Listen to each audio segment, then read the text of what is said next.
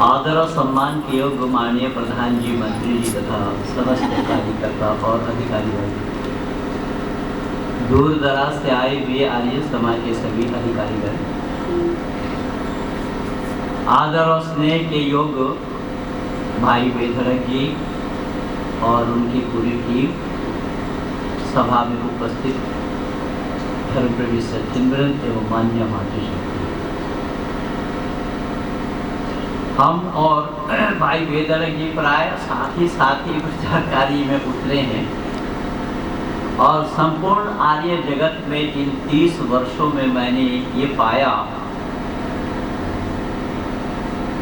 कि हास्य कौतुक में भाई वेधड़क जी का कोई सानी नहीं है और इन्होंने हंसाते हंसाते ऐसी शिक्षाप्रद बातें बता जाते हैं कि लोगों के हृदय को छू जाते हैं। लोगों को आभास भी नहीं होता कि इतनी गंभीर बातों को ये कैसे, किस तरीके से, किस तारतम्य से वो फिट कर जाते हैं। ये बहुत ही सुंदर कलाकारी उनमें मैं पाया हूँ जो और ये भी खूबी की बात है, मैं भी अपने को बागपत का मानता हूँ और भाई वेधड़क जी भी बागपत यही है। ये हम लोगों का प्यार परमात्मा की असीम अनुकंपा है कि एक सूत्र से ही जुड़ा हुआ है, वो है वेद और ऋषि दयानंद। और उसी श्रृंखला को आप सुन रहे थे कि बड़े अंदाज से उन्होंने सुनाया कि लोग, मानव लोभ और लालच के वशीभूत होकर परमात्मा को भी धोखा देने में कंजूसी नहीं करते। वे सुन रहे थे ना प्रसाद चढ़ाने वाली बात कि किस अंदाज से इन्होंने दिया उस बात को और इसमें कितनी शिक्षा है। इसी कड़ी को मैं थोड़ा सा और आगे को ले जाऊंगा कि मैं आपके पड़ोस में बरवाला में ही बड़ी मस्जिद का इमाम रहा और वहां भी मैं अल्लाह के नाम से, अल्लाह के बारे में रोजाना लोगों को बताता रहा कि अल्लाह की इबादत करनी चाहिए। जैसा अभी हम और आप सुन रहे थे कि परमात्मा की उपासना करनी चाहिए, तो ठीक उसी प्रकार मस्जिद में रहते हुए मैं भी कहता था और हर मस्जिद वाले भी यही कहते हैं कि अल्लाह की इबादत करनी चाहिए, क्योंकि हम मनुष्य हैं और अल्लाह ने जिक्र फरमाया कुरान में, वमा खलक़्तुल जिन्न वल इंसा इल्ला लियअबुदून, मैंने जिन और इंसान को दोनों को बनाया जो मेरी इबादत करे। तो उस समय मैं भी ये प्रचार किया करता था, दुनिया वालों को ये बताता था और खास करके बरवाला के मुसलमानों को तो मैं जरूर बताता था। वो आवाज बावली तक भी पहुंचती रही। मैं ये कहता रहा मुसलमानों से कि अल्लाह की इबादत करो, क्यों कि अगर तुम्हें जन्नत जाना हो तो फिर शब्द पर ध्यान दें, अल्लाह की इबादत क्यों करें कि हमें जन्नत जाना है, अगर नहीं करेंगे तो बोले फिर दोज़ख में ही जाना पड़ेगा। लेकिन उन दिनों में इन बातों का प्रचार करते हुए मैं समझ ही नहीं पाया था कि असलियत क्या है। लेकिन जब आप लोगों के गोद में आया और बड़े बड़े विद्वानों के चरणों में बैठकर वैदिक मान्यता और वैदिक सिद्धांत को जाना, तो उसमें जो बात सामने आई है वो मैं आप लोगों के सामने रख रहा हूँ और भाई वेधड़क जी के इसे भगवान तू नदी पार कराने वाली बात से जोड़ रहा हूँ।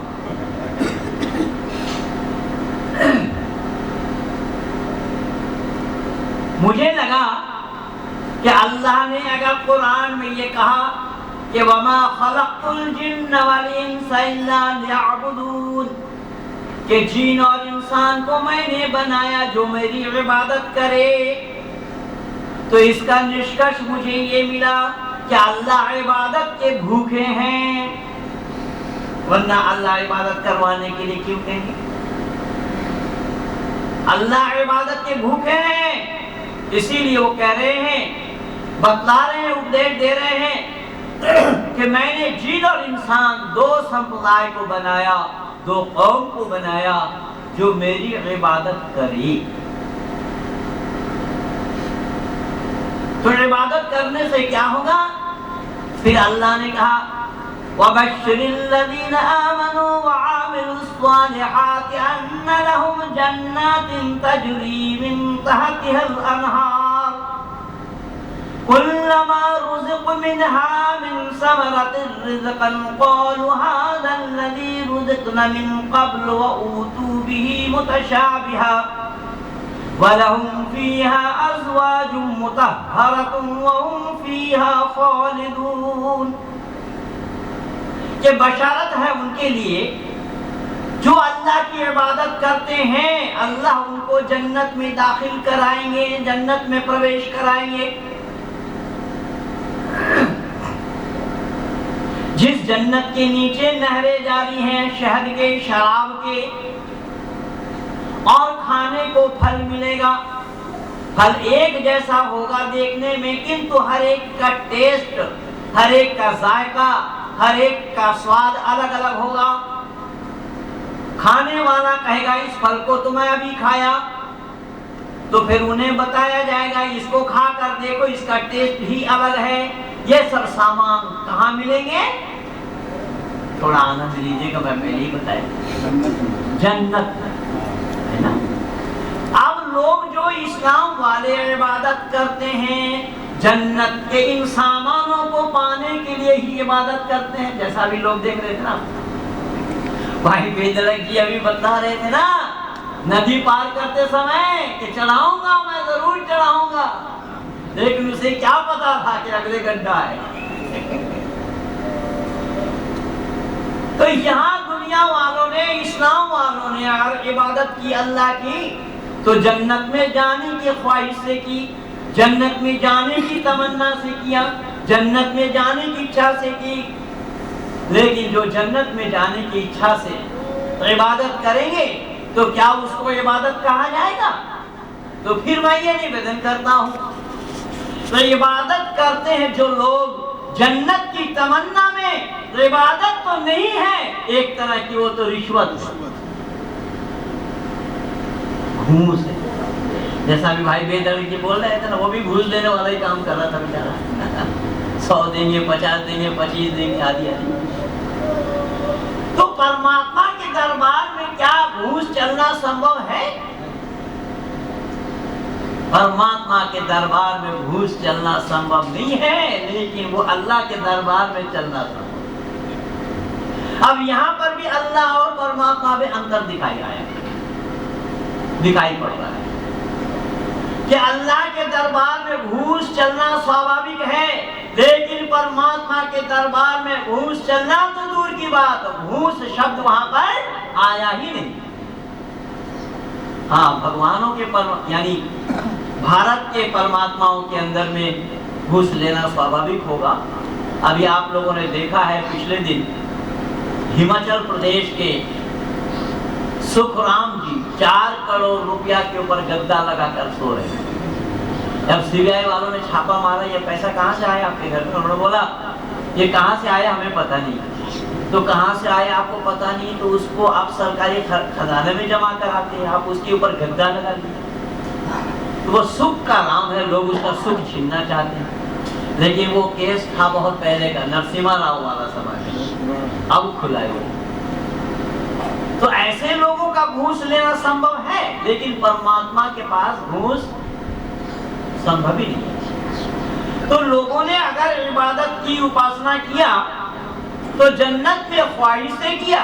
इसीलिए मैंने कहा इबादत करते हैं जो लोग जन्नत की तमन्ना में, इबादत तो नहीं एक तरह की, वो तो रिश्वत है। लोगों ने स्वेच्छा से उपासना नहीं की, जन्नत में जाने की इच्छा से, जन्नत में जाने की ख्वाहिश से किया। अगर नहीं करेंगे तो कहा जाता दोज़ख में जाओगे। अगर नमाज नहीं पढ़ते हो, रोजा नहीं रखते हो, ज़कात नहीं देते हो, हज नहीं करते हो तो दोज़ख में जाना पड़ेगा। और जिन लोगों का यह ख्याल है उनसे मैं ये भी पूछना चाहा कि दोज़ख के डर से, जो नारे दोज़ख से खुदा का नाम लेते हैं, कहाँ की बंदगी है? बुज़दिलाने की हरकत है। नार के माने आग, दोज़ख के माने नरक। जो लोग नरक की आग से भयभीत होकर अल्लाह का नाम लेते हैं, उसका नाम इबादत नहीं है, वो मूर्खता का एक परिचय है। तो दुनिया वाले पूछते हैं फिर असली इबादत क्या है?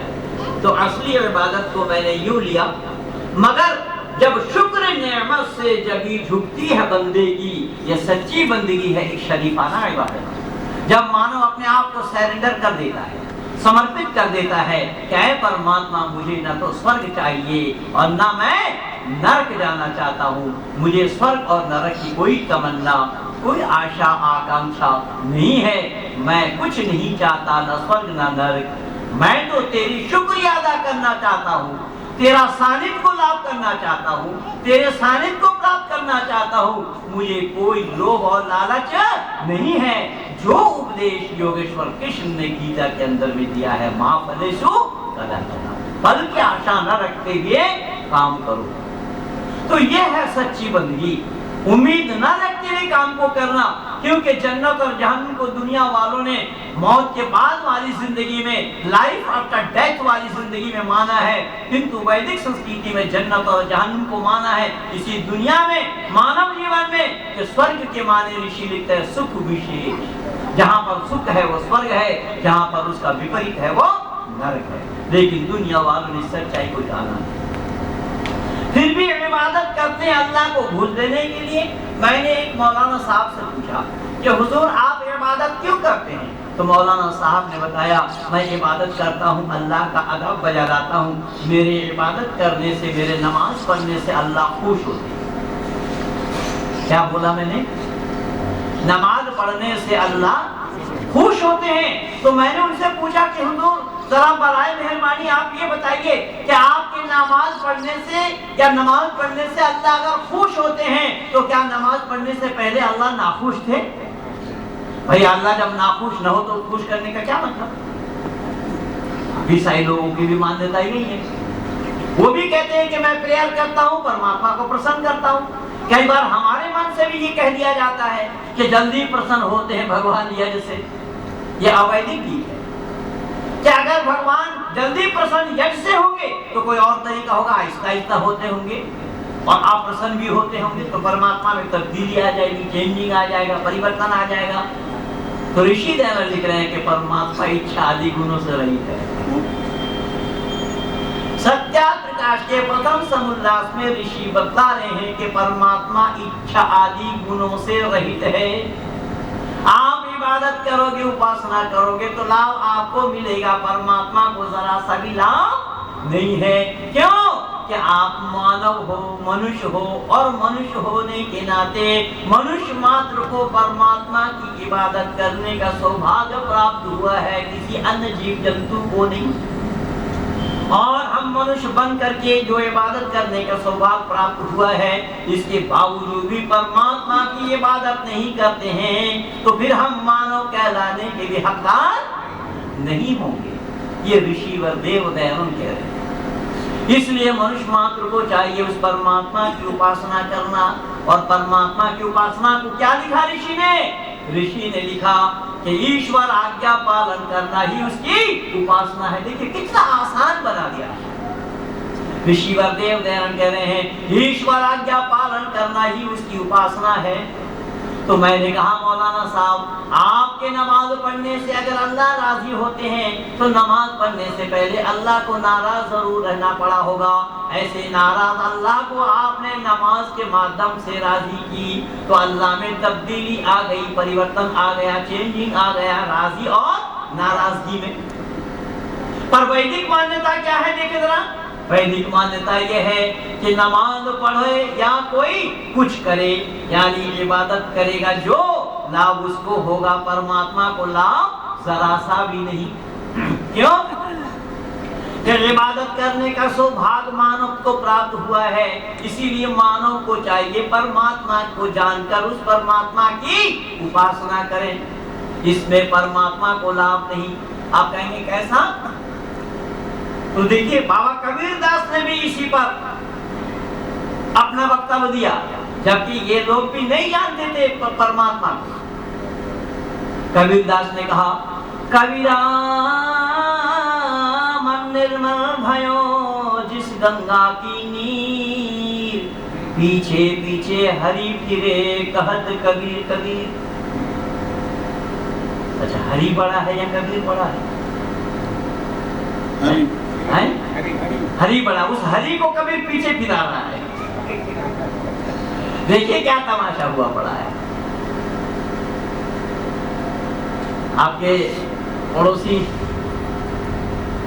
रामपाल जब पहला आया उसका ऋषि दयानंद के खिलाफ सत्याग्रह प्रकाश पर टिप्पणी, तो उसमें मैं लिखा, जो कबीर को मानता वो कबीरा कहलाता, और कबीरा के माने होता है बड़ा पापी।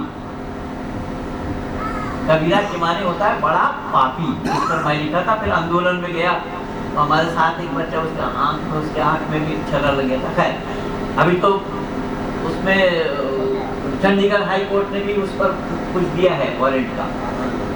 तो मैंने निवेदन किया, देखिए यहाँ कबीर ने क्या बोला कि कबीरा मन निर्मल भयो जिस गंगा की नीर, पीछे पीछे हरि फिरे कहत कबीर कबीर। यानी मन को इतना शांत बना लो जैसा गंगा का पानी है, तो क्या होगा? बोले हरि तुम्हारे पीछे फिरने लगेंगे। ऋषि दयानंद कह रहे हैं कि अरे हरि की परवाह नहीं है, तुम्हारे पीछे नहीं फिरेंगे, ना तुम्हारे बाप के पीछे कभी फिरे थे वो, क्योंकि परमात्मा को हाजत ही नहीं किसी के पीछे फिरने का। अगर तुम्हें परमात्मा को पाना हो तो परमात्मा के पीछे तुम्हें फिरना पड़ेगा। तुम हरि को अपने पीछे मत फिराओ, क्योंकि तुम्हें हरि के बारे में जानकारी नहीं है, इसलिए तुमने उस हरि को अपने पीछे फिरवाने की बात कही। तुम्हें मालूम ही नहीं कैसा है। तो देखिएगा क्या सुंदर उपदेश ऋषिवर देव दयानंद ने मनुष्य मात्र को समझाने का प्रयास किया है कि जैसा हमारा इस स्थूल शरीर है, इस स्थूल शरीर में यह हाथ है, यह हाथ जिस काम को करता है, आत्मा तो आत्मा से कहे कि मैं हाथ हूँ, आपके शरीर का ही अंग हूँ, मेरे जिम्मे में जो काम है उस काम को मैं बंद कर देता हूँ, तुम अपना शरीर को संभालो। तो आत्मा क्या कहती है? आत्मा कहती है मेरे भाई हाथ, आपके जिम्मे में जो काम है उस काम को बंद कर दीजिए, आप मेरा कुछ भी बिगाड़ नहीं पाएंगे। दुनिया में आप जा करके देखें, बहुत सारे लोग आपको ऐसे भी नजर आएंगे जिनके पास हाथ नहीं है, यहाँ से कटा, यहाँ से कटा, यहाँ से कटा। बहुत सारे लोग हमें ऐसे भी दिखाई पड़ते हैं दोनों हाथ नहीं है। कहने का तात्पर्य मेरा ये है कि हाथ के ना रहने से आत्मा की कुछ बात बिगड़ती नहीं आत्मा के लिए। तो आत्मा कहती है तुम काम करना बंद कर दो, मेरा कुछ भी बिगाड़ नहीं पाओगे। ठीक इसी प्रकार से पांव चलना बंद कर दिया और आत्मा से कहे कि मैं पांव हूँ, तुम्हारे शरीर का ही अंग हूँ, मेरे जिम्मे में जो काम है उस काम को मैं बंद कर देता हूँ, तुम अपना शरीर को संभालो। आत्मा का एक ही उत्तर होता है, आत्मा कहती है तुम चलना बंद कर दो, मेरा कुछ भी बिगड़ने वाला नहीं। दुनिया में जाओ, बहुत सारे लोग तुम्हें ऐसे नजर आएंगे जिनके पास पांव नहीं है, एक कटा दो कटा हुआ होता है, आत्मा का कुछ नहीं बिगड़ा। ठीक इसी तरीके से जुबान बोलना बंद कर दे और आत्मा से कहे कि मैं बोलना बंद कर देती हूँ, तुम अपना शरीर को संभालो। आत्मा कहती है कि अभी अभी बंद कर दो, तुम्हारे जुबान के बंद करने से मेरा भी कुछ बिगड़ने वाले नहीं है। क्यों? दुनिया में जा करके देखो, बहुत सारे गूंगे लोग इस दुनिया में जी रहे हैं जो बोल नहीं सकते। तुम्हारे ना बोलने से हमारा भी कुछ बिगड़ने वाला नहीं है। आंख देखना बंद कर दे तो आत्मा एक ही उत्तर देती है, तुम देखना बंद कर दो, मेरा कुछ बिगड़ने वाला नहीं। दुनिया में बहुत सारे लोग बिना आंख वाले हैं, प्रज्ञा चक्षुना बिना लोग, अंधे लोग भी जी रहे हैं। कान सुनना बंद कर दे तो आत्मा वही उत्तर देती है। दुनिया में बहुत सारे लोग ऐसे हैं जो सुन नहीं सकते हैं। कहने का तात्पर्य मेरा ये है, भाई मैं क्या बोल रहा हूं आप सुन नहीं रहे, तो समझदार आदमी है, टोकना पड़ेगी, अच्छी बात है। कहने का तात्पर्य मेरा ये है, स्थूल शरीर अगर काम करना बंद कर दिया तो आत्मा का कुछ बिगड़ा क्या? अब अंदर रहे ये आत्मा स्थूल शरीर से ये कहना चालू कर दे कि भाई तुम्हारे शरीर का ही मैं अंग हूं, शरीर में मेरे रहने से ही तुम्हारा सारा काम चलता है, मेरे शरीर में रहने से तब तुम्हारा खाना पीना उठना बैठना चलना फिरना सारा काम होता है, क्योंकि शरीर में आत्मा रहने का नाम जिंदा और निकल जाने का नाम मृत्यु। तो मैं आत्मा हूँ, इस आत्मा को शरीर में रहने के बाद ही तुम्हारा सारा काम चलता है, पर मैं छोड़ता हूँ तुम्हारे शरीर को, तुम अपने आप संभाल लो। क्या होना है? भाई साहब कह रहे हैं ठप है। अब सब हाथ जोड़ करके आत्मा से विनती करेंगे कि महाराज आप इस शरीर को न छोड़े। क्यों? आप तो रति हैं, हमें और मत करिए, हमें और रति मत बनाइए।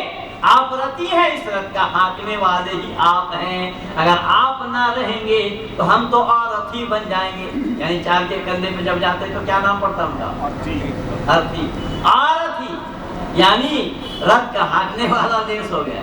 ये बाबा जी 100 रुपया पारितोषिक दे रहे हैं, उनको बहुत बहुत धन्यवाद। देखिए मैंने क्या निवेदन किया, आत्मा कहती है, शरीर का सबका कहना है, स्थूल शरीर का कहना है आत्मा से कि आप इस शरीर को ना छोड़ें, क्योंकि आपके शरीर को छोड़ने से हम सब के सब बेकार हो जाएंगे, सब के सब पंगु हो जाएंगे, हमारा काम खत्म हो जाएगा। तो जैसा स्थूल शरीर में आत्मा के रहने से ही स्थूल शरीर से काम लेना संभव है, ठीक उसी प्रकार से अगर स्थूल शरीर काम करना बंद कर दे, आत्मा का कुछ भी नहीं बिगड़ा।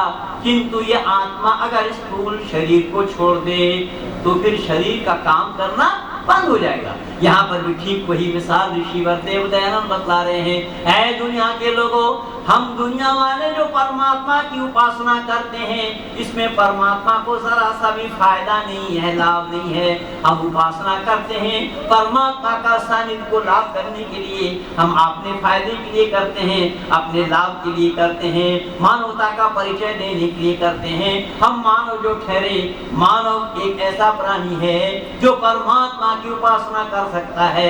मानव से इतर जितने भी प्राणी हैं, किसी को भी परमात्मा की उपासना करने का सौभाग्य प्राप्त नहीं हुआ। इसलिए ऋषि लिख रहे हैं, ऋषि बतला रहे हैं कि हमें स्वेच्छा से परमात्मा की उपासना करनी चाहिए। क्यों? मानवता का परिचय हम तभी दे पाएंगे, इसमें परमात्मा को लाभ नहीं है, हमें ही लाभ है। किंतु दुनिया ने भी, दुनिया वालों ने ही परमात्मा को ही घूस देना शुरू कर दिया, चालू किया। तो परमात्मा को घूस देने की कोई बात नहीं है, परमात्मा को जान करके ही परमात्मा की उपासना करनी चाहिए। और जो लोग परमात्मा को नहीं जानते हैं वो परमात्मा की उपासना नहीं कर सकते, क्योंकि उपासना करने के लिए परमात्मा को जानना पड़ेगा। पर आज वेद को छोड़कर जितने भी ये मजहब वाले हैं, जितने भी ये मजहबी किताब वाले हैं, परमात्मा को जानने का प्रयास नहीं किया, सबने माना है। और कुरान वालों की मान्यता ये है, कुरान का कहना ये है, ज़ालिकल किताबु ला रैब फीह, कोई शक व शुबा की गुंजाइश इस किताब के अंदर। हदीस में आया है, कुल्लु मा जाअ बिहि रसूल मिन इंदिल्लाह, रसूल ने जो बतलाया अल्लाह की तरफ से, बिना छानबीन किए उसको मान लेना, उसको तस्लीम कर लेना, कबूल करना, स्वीकार करना, वहाँ पर छानबीन करने की कोई बात नहीं है। और हमारी वैदिक मान्यता में क्या है, तो मनु महाराज लिखते हैं, यस्ते केनवन सुंदंत सधर्म वेद नेतरा, कि हर बात को तर्के कसौटी पर कसो, जवाब दे तो मान लेना, जवाब न दे तो मत मानो। लेकिन कहीं पर भी आप मजहबी वालों के पास, मजहब वालों के पास, मजहबी ग्रंथों में आप सवाल नहीं कर सकते, वहां मानना पड़ेगा। और कैसी कैसी बातें हैं देखिए जरा, कुरान में अल्लाह ताला ने जिक्र फरमाया, औ कल्लज़ी मर्र अला क़र्यतिन वहिया ख़ाविअतुन अला उरूशिहा क़ाल अन्ना युह्यी हाज़िहि अल्लाहु बअद मौतिहा फ़अमतहु अल्लाहु मिअता आमिन सुम्मा बअसहु क़ाल कम लबिस्त क़ाल लबिस्तु यौमन औ बअद यौमिन क़ाल बल लबिस्त मिअता आमिन फ़न्ज़ुर इला तआमिका व शराबिका लम यतसन्नह वन्ज़ुर इला हिमारिका वलनजअलका आयतन लिन्नास वन्ज़ुर इला इज़ामि कैफ़ा नुनशिज़ुहा सुम्मा नक्सुहा लहमा। कुरान के अंदर में अल्लाह ताला ने जिक्र फरमाया, देखिए कितना अंधविश्वास है। यानी एक वेद को छोड़ करके धरती पर जितने भी मजहब वाले हैं, सभी मजहब वालों के पास अंधविश्वास का भरमार है। और ये अंधविश्वास कुरान में किस तरीके से अल्लाह ने फरमाया, देखिए इब्राहिम नामी एक पैगंबर थे जो किसी गांव से निकल करके जा रहे थे। इसका लफ्जी मानी, जो कुरान का आयत मैंने सुना उसकी लफ्जी मानी है, शाब्दिक अर्थ है कि गांव से जा रहे थे, गांव बिल्कुल सुनसान पड़ा था, वहां पर एक भी आदमी उसे नजर नहीं आया, सब लोग मर चुके थे, मरे पड़े थे। तो इब्राहिम ने अल्लाह की तरफ मुखातिब होकर के कहा, ऐ अल्लाह आप इस मरे हुए को कैसे जिंदा करेंगे? तो अल्लाह ने फरमाया, क्या तुम्हें यकीन नहीं है? इब्राहिम ने बोला, यकीन तो है, लेकिन मैं देखना चाहता हूँ आप मरे हुए को कैसा जिंदा करते हैं। तो अल्लाह ने कहा, देखो तुम आगे निकल जाओ और तुम्हारे पास जो खाने का सामान है, जिस गधा को तुम लिए जा रहे हो, आए एक पेड़ नजर आएगा, उस पेड़ के जड़ में गधे का रस्सी को बांध देना, सामान रख करके वहीं बैठ जाना। अगले ने ऐसा ही किया। जब वो बैठ गया, उसको ठंडी ठंडी हवा लगी, उसे नींद आ गया। नींद आने के बाद उसके रूह को निकाल लिया और रूह को निकालने के बाद 100 साल के बाद उसके अंदर में अल्लाह ने रूह प्रवेश करा दी और उससे पूछा कि कितने दिन से तुम सो रहे हो? उसने बोला, एक दिन भी पूरा नहीं हुआ, क्योंकि जब वो सोने लगा था वो सुबह का वक्त था, अब जब उठाया जा रहा है वो शाम का वक्त है। उसने बोला, एक दिन भी पूरा नहीं हुआ। तो अल्लाह ने फरमाया, देखो तुम एक दिन बतला रहे हो, तुमने जिस गधे को बांध दिया था उस गधे के तरफ नजर करो, गधे का बिल्कुल पिंजर पिंजर दिखाई दे रहा है, बिल्कुल हड्डी हड्डी दिखाई दे रहा है। 100 साल में गधे का कंकाल बन गया। लेकिन कुरानी किस्सा का खूबी ये है कि गधे का तो 100 साल में कंकाल बन गया, पिंजर पिंजर दिखाई दे रहा है, लेकिन उस व्यक्ति ने जो खाने पीने का सामान रखा था वो बिल्कुल तरोताजा रहा, वो सड़ा गला नहीं। अब इस अंधविश्वास का क्या दाद देंगे आप? इसलिए मैं निवेदन कर रहा हूँ, ये केवल नमूना दे रहा हूँ। मैं बरवाला में रहते हुए जानता ही नहीं था ये सब, मैं इसका विचार करता रहा, लेकिन इसमें अकल लगाने की बात है। वो अकल में मैं ताला डाला हुआ था, मेरे ही नहीं, आपके गांव में और लोग भी हैं, सभी लोगों ने ताला डाला हुआ है।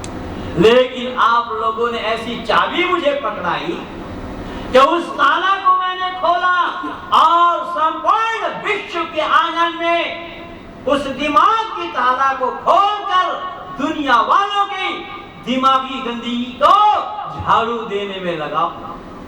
ये मुझे सौभाग्य प्राप्त हुआ है केवल आप लोगों के चरण शरण में आकर, भाई बेदरक की जैसे लोगों के सानिध्य को प्राप्त कर। मैं भी नहीं जानता था, जब मैं इस परिवार से चला उसके बाद ही सब मुझे पता लगा। मैं तो मौलवियत का कोर्स कर ही लिया था पहले ही, उसी आधार पर मेरी शिक्षा थी, लेकिन आपके पास आने के बाद फिर मैंने गुरुकुलीय शिक्षा को प्राप्त किया, गुरुकुल इंद्रप्रस्थ में। तो ये परमात्मा की असीम अनुकंपा है। मैं कॉम्पैरेटिव स्टडी के आधार पर सत्य के तह तक पहुंचने का मैंने प्रयास किया और उसी सत्य को सामने रख करके संपूर्ण विश्व के आंगन में मानव समाज के सामने मैंने वेद क्या है, कुरान क्या है, बाइबल क्या, आदि आदि। कई बार इस्लाम वाले भी सवाल करते हैं कि साहब हम वेद कैसे, ये वेद को पढ़ने के लिए वेद पर आपसे सवाल है। तो मैं उनको कहता हूँ, कल भी यहाँ सुबह आया था अफगानिस्तान से फोन, ये दुबई से फोन, तो मैं उन लोगों को बताता हूँ कि भाई वेद तुम बाद में पढ़ लेना, पहले स्वर पढ़ लो। स्वर को जाने बिना वेद नहीं पढ़ सकोगे, और स्वर क्या है तुम्हें मालूम ही नहीं है। और अगर वेद पढ़ना चाहते हो तो पहले अपने पास जो कूड़ा करकट भर रखे हो उसको पहले सफाई करो, क्योंकि ऋषि दयानंद की मान्यता यह है, आर्य समाज के 8वां नियम में लिखते हैं ऋषि, अविद्या का नाश और विद्या की वृद्धि करनी चाहिए, क्योंकि अविद्या का नाश जब तक आप नहीं करेंगे तो विद्या की वृद्धि नहीं हो पाएगी। इसीलिए मैंने उसको बोला कि भाई आपने देखा होगा जो लोग कल्टीवेशन करते हैं, खेती करते हैं और जमीन में खेत में हल चलाते हैं, तो पहले खरपतवार को ही घास फूस को निकाला जाता है, उसके बाद अनाज बोते हैं। तुम कुरान बाइबल आदि जो घास फूस पहले से दिमाग में डाल रखे हो उसको पहले साफ करो, निकाल लो, फिर मैं वेद रूपी बीज बोने का प्रयास करूंगा। ये मेरा तर्क रहता है। और विश्व के आंगन में परमात्मा की असीम अनुकंपा है, 1.5 करोड़ से भी ज्यादा लोग मेरे साथ जुड़े हुए हैं। इंटरनेट में मैं पूरा छाया हुआ हूँ। सुदर्शन न्यूज चैनल में भी मेरा प्रोग्राम आता रहता है। youtube.com चैनल महेंद्रपाल आर्य खोलिए, वहाँ पर लगभग 150 DVD मेरे प्रवचन के आप पा जाएंगे। तो इन्हीं शब्दों के साथ जो समय इस समय का था वो बिल्कुल पूरा हो रहा है। मैं अपने वाणी को विराम दे रहा हूँ। आप सब लोगों को बहुत बहुत धन्यवाद है। 2 बजे से फिर पुनः हम सब एकत्रित